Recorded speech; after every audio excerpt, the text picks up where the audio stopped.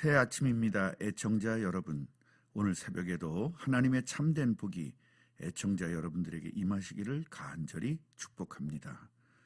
오늘은 삶에서 나타나는 하나님의 복이라는 제목으로 말씀드리겠습니다. 오늘 본문은 창세기 30장 37절부터 43절인데요. 제가 봉독하겠습니다. 야곱이 버드나무와 살구나무와 신풍나무의 푸른 가지를 가져다가 그것들의 껍질을 벗겨 신 무늬를 내고 그 껍질 벗긴 가지를 양떼가 와서 먹는 개천의 물 구유에 세워 양떼를 향하게 하매 그 떼가 물을 먹으러 올 때에 새끼를 베니 가지 앞에서 새끼를 뱀으로 얼룩얼룩한 것과 점이 있고 아롱진 것을 낳은지라. 야곱이 새끼 양을 구분하고 그 얼룩무늬와 검은 빛 있는 것을 라반의 양과 서로 마주보게 하며 자기 양을 따로 두어 라반의 양과 섞이지 않게 하며 튼튼한 양이 새끼 뵐 때에는 야곱이 개천에다가 양떼의 눈앞에 그 가지를 두어 양이 그 가지 곁에서 새끼를 베게 하고 약한 양이면 그 가지를 두지 아니하니 그렇게 함으로 약한 것은 라반의 것이 되고 튼튼한 것은 야곱의 것이 된지라. 이에 그 사람이 매우 번창하여 양떼와 노비와 낙타와 나귀가 많았더라. 야곱은 당장 가나안으로 가고 싶어 했지만 하나님께서는 허락하지 않으셨습니다. 야곱이 아직 형에게 대항할 만한 힘을 가지지 못했고 아직은 형의 마음이 변하지 않았기 때문에 야곱을 좀 더 라반의 집에 머물게 하셔서 힘도 키우고 형의 마음도 변하도록 하신 것입니다. 언약을 절대 잊지 않는 야곱은 자신의 삶에서 하나님의 복을 누렸습니다. 하나님의 자녀는 하나님이 영원토록 함께하는 복을 받은 것입니다. 그리고 형통의 복을 받은 것입니다. 세상을 창조하신 하나님께서 함께하시니 당연히 형통한 사람이 되는 것이기 때문입니다.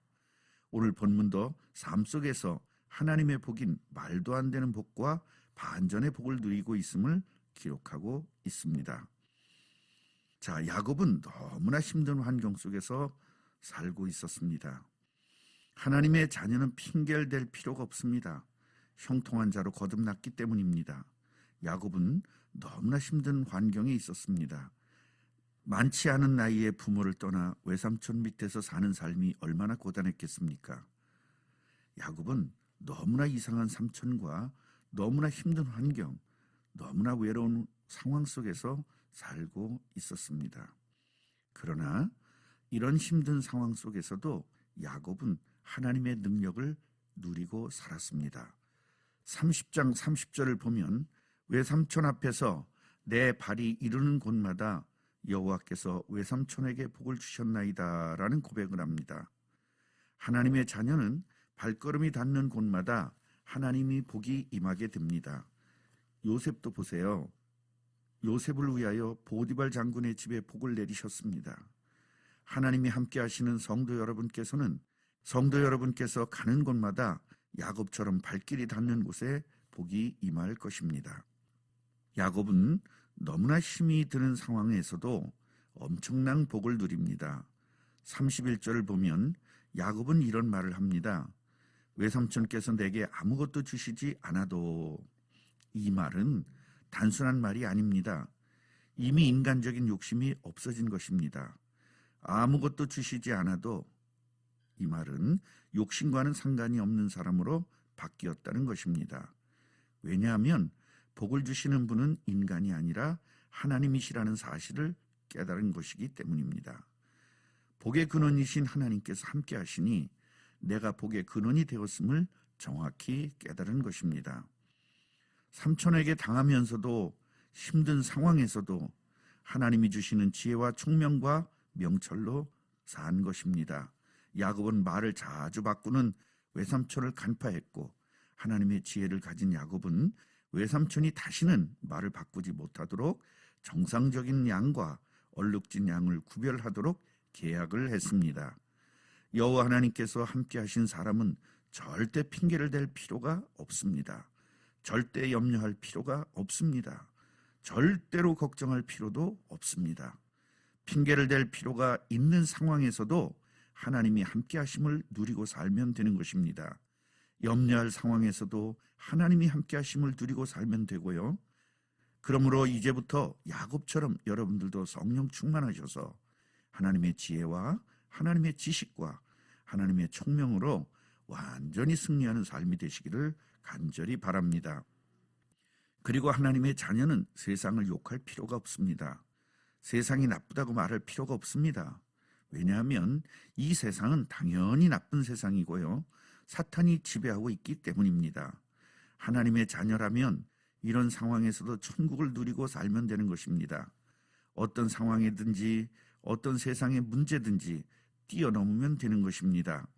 야곱처럼 기도하여 지혜를 얻고 그 지혜를 가지고 승리하면 되는 것입니다.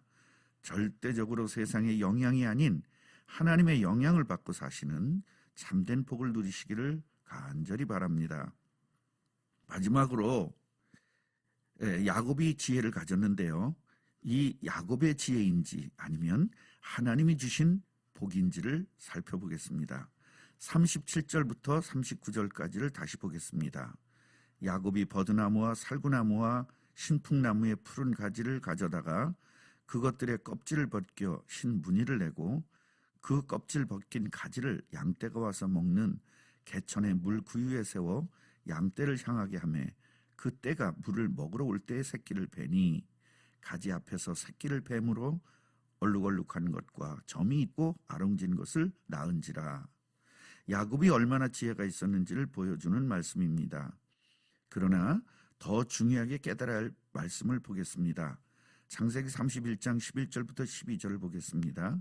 꿈에 하나님의 사자가 내게 말씀하시기를 야곱아 하기로 내가 대답하기를 여기 있나이다 하매 이르시되 네 눈을 들어보라 양떼를 탄 순양은 다 얼룩무늬 있는 것, 점 있는 것과 아롱진 것이니라. 라반이 네게 행한 모든 것을 내가 보았노라. 30장을 보면 야곱이 지혜를 가지고 부자가 된 것 같이 보이지만 31장을 보면 분명히 하나님의 개입과 하나님의 역사가 있었음을 알 수 있습니다. 사실 야곱의 진짜 지혜는 하나님의 말씀과 능력을 믿는 지혜였습니다. 양이 많아지고 염소가 많아지는 지혜가 아닌 하나님의 말씀과 능력을 믿고 언약을 믿는 지혜인 것입니다. 사랑하는 애청자 여러분, 세상에서 부자가 되는 지혜가 아닌 하나님의 역사가 나타나는 믿음을 가져야 합니다. 내일 모레면 이 세상의 모든 죄와 저주를 해결하실 그리스도가 오신 날을 기념하는 성탄절입니다. 그리스도는 하나님께서 우리와 함께 하시는 비밀입니다. 성탄절은 단순하게 내가 믿는 예수님께서 오신 날을 기뻐하는 것이 아닌 영원토록 없어지지 않을 원죄와 저주를 단번에 해결하실 그리스도가 오셔서 내 문제와 내 인생을 완벽하게 해결하신 그 그리스도를 기뻐해야 하는 것입니다. 믿음은 사실입니다.